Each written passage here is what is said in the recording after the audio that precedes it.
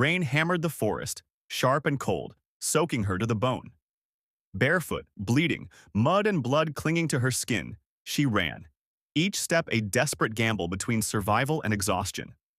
Her breath came in ragged gasps, throat burning, lungs screaming for more air, but she couldn't stop. She couldn't afford to.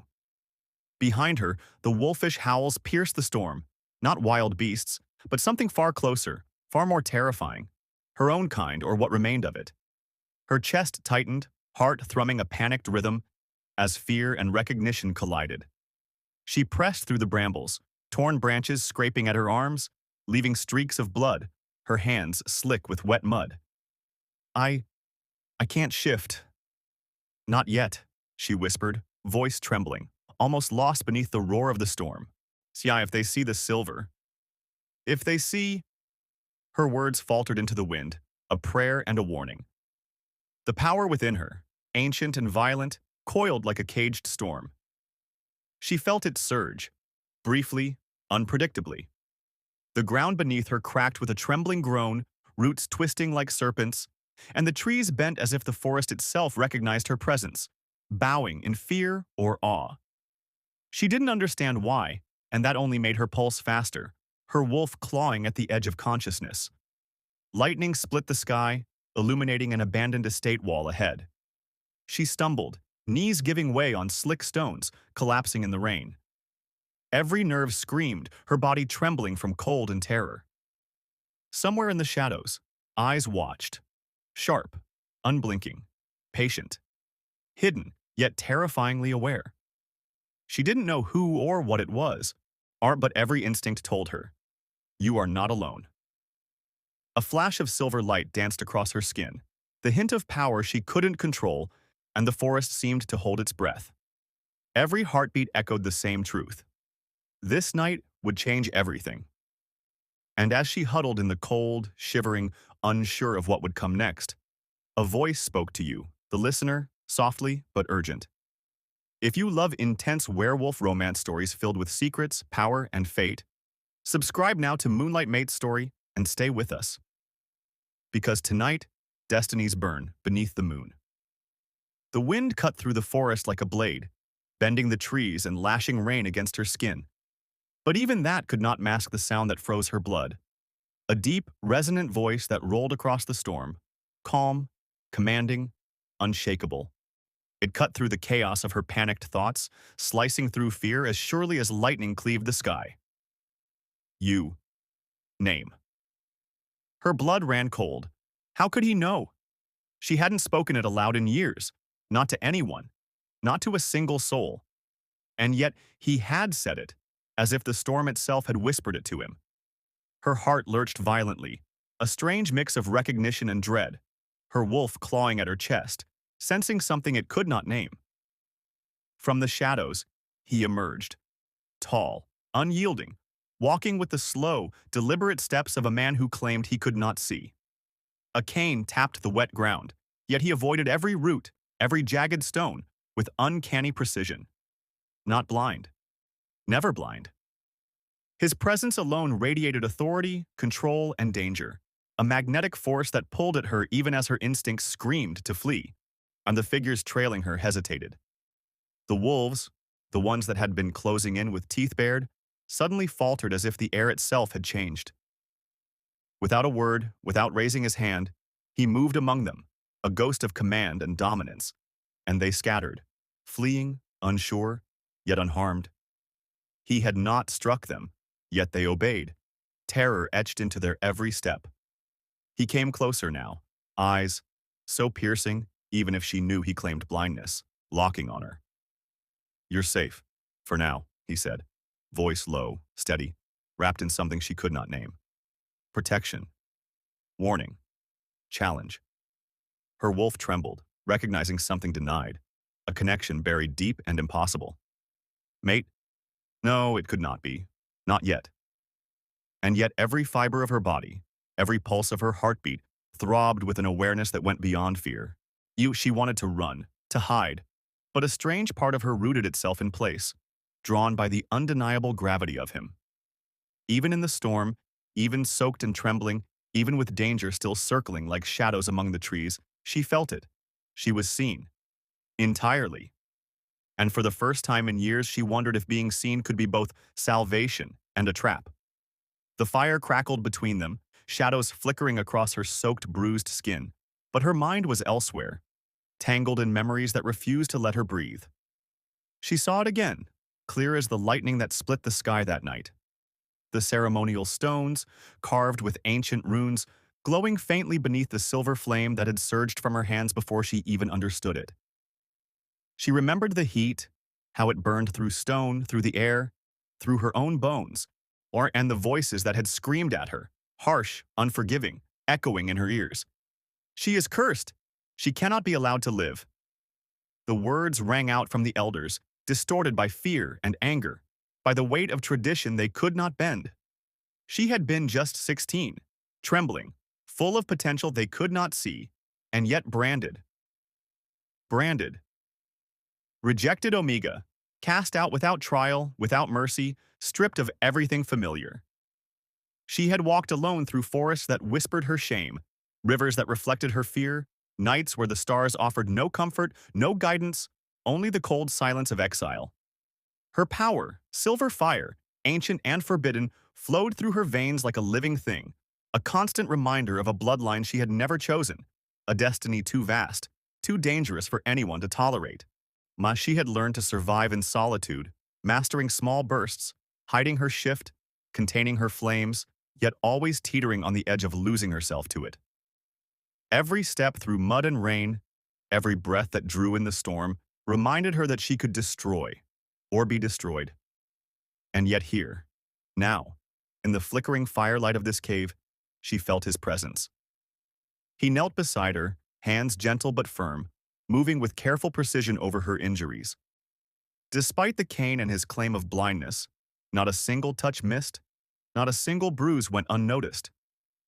The meticulous care, the silent focus, stirred something deep within her, a flicker of trust she had buried long ago, alongside hope.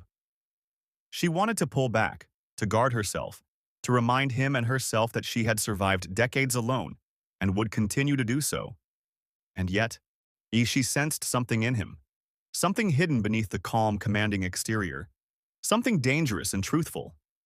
A shadow of pain mirrored her own, a secret behind eyes she could not see.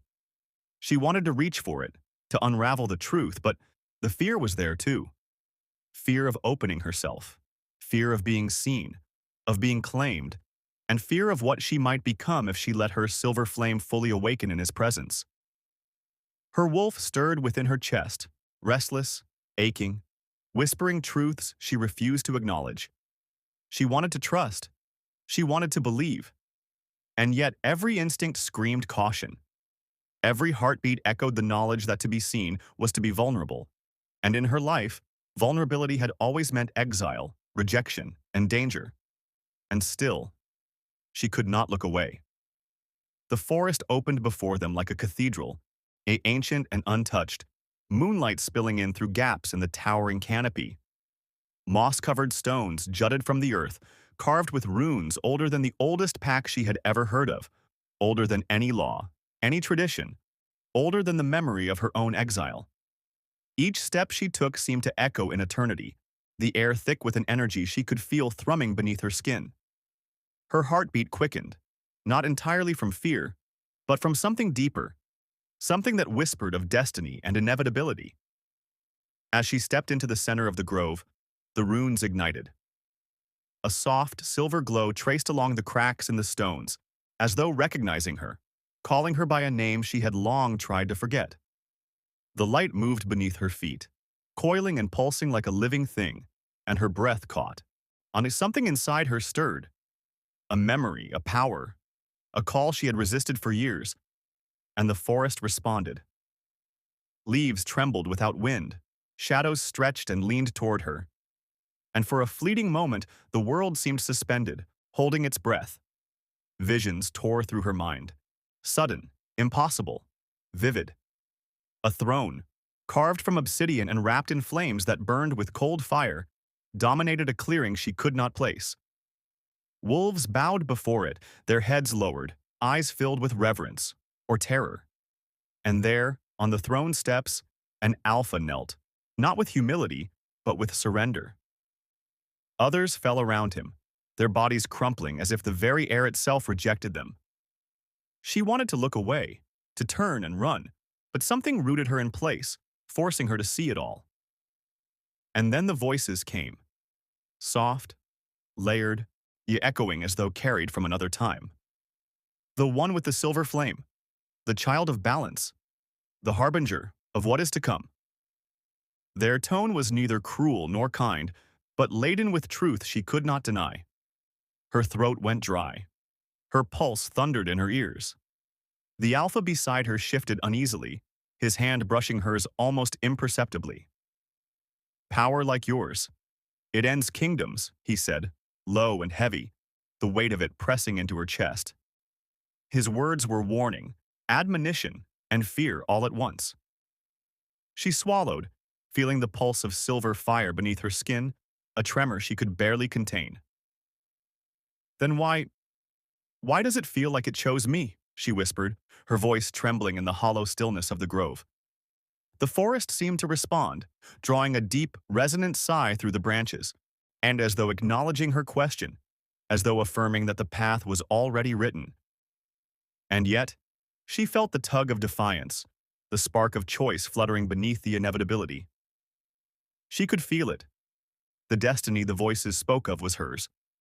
But she had to decide whether to claim it or to run, whether to embrace her power fully, or remain a shadow of herself. The tension coiled around her heart, twisting hope, fear, and desire into a knot she could not untangle. He looked at her then, eyes hidden beneath the claim of blindness, yet somehow seeing everything. "If you cannot trust yourself, if you cannot trust what you are, how will you survive what's coming?" His words were a challenge, a lifeline, and an invitation all at once. Her breath hitched, her pulse roared.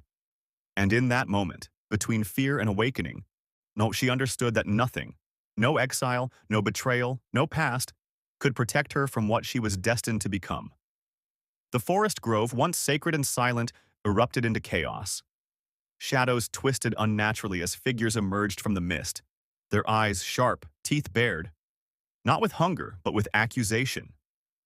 Rival alphas, their coats dark and bristling with dominance, stepped forward, each movement deliberate, challenging the balance that had held for centuries. The air vibrated with tension, thick and suffocating, carrying the scent of rain-damp earth, sweat, and fear.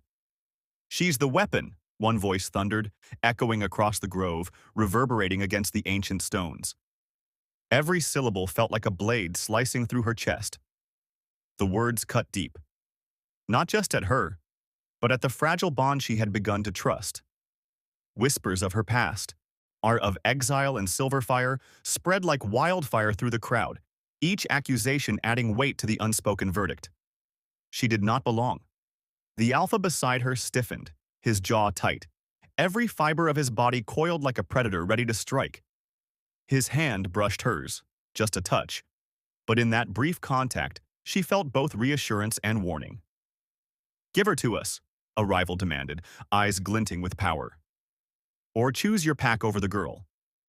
The words hung heavy, pressing down like the storm clouds that churned above, lightning flickering in the distance as if the heavens themselves were holding judgment. Her gaze swept across the gathered wolves, the dissenters, the council, the enemies of everything she had struggled to survive. Rage and guilt collided in her chest, a storm more violent than any outside. She didn't run from fear. No. She ran because she knew what surrender would cost him, what surrender would cost them all. Her wolf's instincts screamed against the injustice, the betrayal, the weight of a destiny she had not yet claimed. She broke through the throng of bodies, limbs slick with mud, her breath ragged, lungs burning. Every heartbeat pounded against her ribcage like the war drums of an unseen army. The alpha's voice called after her, sharp, pleading, controlled. But she did not stop. Not yet. Not when the burden of her power could tip the scales of life and death. "I will not be the reason he falls," she vowed silently, each word a promise and a challenge. Around her, the pack howled in disapproval, their voices slicing through the night like knives. Each howl was a reminder of exile, of rejection, of the fragile tether holding her humanity together. And yet, beneath it all, beneath the fear and the fury, she felt the spark of something undeniable. A fire that refused to be tamed, a destiny clawing its way to the surface. With every step, with every heartbeat, she edged closer to the inevitable collision of past and future, love and betrayal, power and consequence. The Alpha remained at the center of the grove, his form a pillar of authority, yet his eyes betrayed a crack, a fracture, a fear for her that he could not speak aloud. And in that glance, fleeting and charged, she understood the stakes in a way that words could never capture. She was not just running from them. She was running toward the moment when everything would change, when the world would either break under her power or bow to it. The night held its breath, the forest suspended in an uneasy silence between storms. And she ran, carrying the weight of prophecy, love, and the promise of vengeance in every muscle, every step, every trembling heartbeat. The cave was small, but it felt like a sanctuary compared to the chaos outside. Flames danced against jagged stone, casting shadows that stretched and flickered like living things, painting the walls with their own secret stories. Outside, the storm still raged, rain pelting the rocks, wind shrieking through the trees. But inside, for the first time in days, there was warmth, a fragile safety. She sat close to the fire, knees drawn to her chest, the mud and blood of her flight clinging stubbornly to her skin. Every muscle ached from running, from hiding, from the tension of being hunted by her own kind. Yet, beneath exhaustion, beneath fear, a pulse of something else throbbed in her chest, a spark of life that refused to be snuffed out. He stood across from her, the cane resting against the cave wall, his presence filling the small space with a quiet gravity. Not a true alpha, he admitted in a voice low and careful, a confession heavy with unspoken burdens. I guard secrets. I protect more than just myself, he murmured. His eyes, dark and piercing, did not blink from hers. She felt the weight of the truth in them, the gravity of a man carrying unseen chains, and something in her chest clenched. Fear, curiosity, and a strange, growing admiration all at once. She hesitated, then spoke. Barely a whisper, voice trembling like the wind outside. I fear losing control. The silver flame, it could destroy everything. The admission felt raw, unpolished, yet somehow necessary. His gaze softened. He shifted closer, and the air between them seemed to hum, electric with tension that neither dared name. For a heartbeat, the world narrowed to this moment. Firelight dancing across their faces, the storm muted to a distant roar, and the ache of shared vulnerability pressing against them both. Their knees brushed, a fleeting touch that sent shivers down her spine. He leaned forward, voice barely audible, and whispered, I see you, all of you.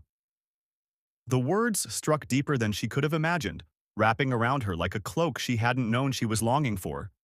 Trust, recognition, acceptance. For the first time in long months, perhaps years, she felt seen. Not as a weapon, not as a danger, but as someone whole, someone capable of love and of power. And yet, even as hope flickered, the unspoken tension lingered, yet fragile and sharp. One wrong move, one hesitation could shatter the fragile bond forming here. Her wolf stirred beneath her skin, senses sharpening, pulse racing. Not in alarm, but in recognition of a mate denied. The cave felt both safe and combustible, and she realized with a start that this moment, this fragile connection, could ignite something far larger than either of them understood. The fire crackled, shadows stretching and retreating like a living heartbeat, and she knew. This night would change them. Whether it healed or consumed them entirely, only time would tell. But for now, in this flickering warmth, trust had begun its slow, fragile rise, and with it, the pulse of something dangerous, beautiful, and utterly inescapable. The night air was heavy with accusation, thick with smoke and tension, and as if the forest itself held its breath. She stepped into the clearing, heart hammering, muscles coiled from the flight, from the constant need to survive, and from the fragile trust she had begun to let bloom. The Alpha stood behind her, silent, but the weight of his presence offered no comfort this time. Around them, the council had gathered, eyes sharp and unforgiving, shadows dancing across faces twisted in fear and anger. A voice rang out, sharp as broken glass. "She is the weapon!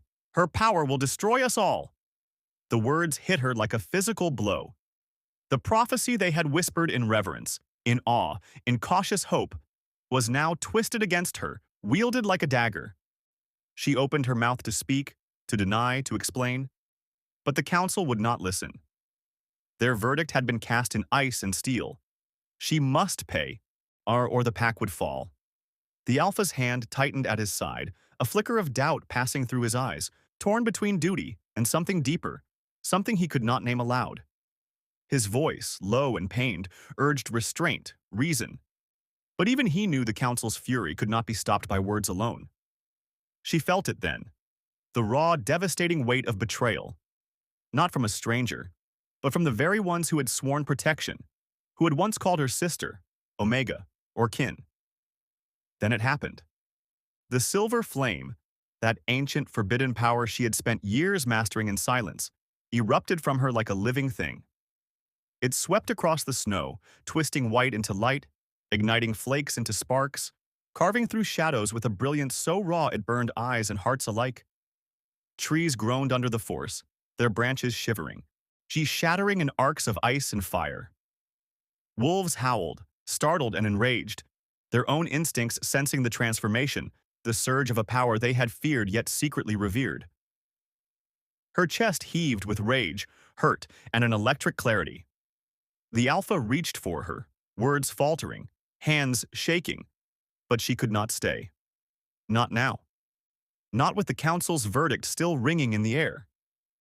She turned, letting the flames guide her, letting the storm take her. Snow and silver light mingled as she vanished into the night, a streak of fury and fire against the darkness. And as she fled, something deep within her shifted, something older, stronger, and unstoppable. Betrayal had carved its mark into her soul, but from that wound, power began to bloom. She would not be broken. She would not be a pawn. She would rise. When the forest trembled in silence after her passage, a warning and a promise. The Omega who had been underestimated, dismissed, feared, was no longer hiding. The night had never felt heavier, nor the air so charged. From the shadows of the forest, she emerged. Not as the scared, exiled Omega who had run trembling through snow and storm, but as something entirely new. The ritual was already underway below, torches flickering against carved stones, chanting thick with fear and false authority. Innocent wolves huddled near the edges, their eyes wide, their breaths misting in the cold night. They were pawns, waiting for a fate she would not allow. Her heart beat a thunderous rhythm, a war drum of resolve. Every muscle ached from years of hiding, from years of silence, but the pain fueled her. She lifted her chin and the silver flame flared, coiling like living serpents around her arms, licking the night sky with its brilliance. Ancestral voices whispered in her mind, soaring, commanding, fierce. They were not just memories. They were warnings, guidance, and a clarion call to claim her destiny. She felt herself shift, bones elongating, sinew tightening, senses sharpening beyond human limits. Her wolf rose, majestic and powerful, golden eyes blazing like the last star before dawn. The earth trembled beneath her steps. Ruins, ancient and forgotten, cracked and heaved as though the land itself recognized her power. Trees bent back, not in fear, but in acknowledgement. Wolves scattered, ears pinned, instincts telling them this was no longer a girl. They were witnessing the Omega reborn, the flame incarnate, a force that could not be denied. Ahead, the villain froze, eyes wide with disbelief and fear. This was not the fragile prey they had sought to trap. She moved with fluid precision, silver fire igniting every step, every breath a promise. She would not bow. Not to fear, not to chains, not to anyone who tried to control her. The Alpha watched, breathless, awestruck, his own pride and longing entwined with shock. He had known power, had walked alongside it, but this was revelation. This was dominance not taken by intimidation, but by sheer, unyielding self. She raised her voice, melodic and commanding, the sound vibrating with power both human and wolf. Sparks of flame danced across the ritual circle, the night bending around her will. "I am not your sacrifice," she declared, and the words cut through the chanting, through fear, through lies. Every ounce of doubt, every scar from betrayal, or every moment she had been underestimated, burned away in that declaration. The villains staggered, retreating instinctively, while she stood, unyielding, radiant, untouchable. The Alpha moved closer, eyes shimmering with reverence and something unspoken. Together they faced the chaos, but she no longer needed saving. She was the storm. She was the silver flame. She was her own reckoning. The forest was still. Not a whisper, not a flutter of wings. Nothing moved except for the rising smoke of silver flame that had swallowed the ritual circle. The cold had returned, sharp against her skin, but it was nothing compared to the storm raging inside her chest. Her breaths came in ragged, uneven gasps, each one carrying the weight of years she had spent hiding, surviving, fearing. Around her, our scorched earth and shattered stones were silent witnesses to the power she had claimed, the chaos she had embraced, and the fear she had shattered. Behind her, a soft, almost desperate voice broke the quiet. His voice. "Stay," he said, calm yet raw, a tether of authority and longing that cut straight to the part of her heart she had tried to keep guarded. His steps were cautious, respectful, and yet they carried an unspoken urgency, the kind that begged for trust yet feared rejection. She could feel the warmth radiating from him, the steady, grounding presence of someone who had seen her, truly seen her, even when the world had called her cursed. Her gaze drifted to the horizon. The first pale fingers of dawn were touching the jagged trees, silver mist curling over the forest floor. Somewhere in that expanse lay safety, freedom, but also uncertainty. Behind her were ashes of betrayal, voices of the exiled, echoes of a pack that had never understood her. In front of her were choices, fear, control, restraint, or a leap into power, love, and destiny intertwined with danger. She felt her wolf stirring, fierce and untamed, pressing her to act, to claim not just survival but her own fate. Her eyes met his, a silent understanding between two souls who had been battered, broken, yet forged anew in fire and flame. She could stay, tethered to him by trust and desire, or she could step into the unknown, carrying the weight of all she had become. The wind shifted, carrying the scent of rain, smoke, and silver flame. Her heart thundered. The horizon seemed to call her name, and as the forest held its breath, she whispered more to herself than to him. "Do I follow fear, or do I follow who I am?" If this story lit something inside you, subscribe to Moonlight Mate's story, where destinies burn beneath the moon, where power, love, and fate collide, and where every tale leaves its mark on your soul. She stepped lightly into the forest, each footfall silent against the blanket of wet leaves. The silver mist clung to her skin, curling around her like smoke, and yet the weight of everything she had done, everything she had survived, pressed against her chest, a heavy rhythm she could not shake. The forest seemed endless, a labyrinth of shadows and whispering trees that swayed without wind, as if breathing with her. She did not look back. Behind her, the ashes of fire, betrayal, and chaos glimmered faintly in the distance. But forward. Forward was uncertainty, and the sharp, intoxicating taste of power that was hers alone to claim.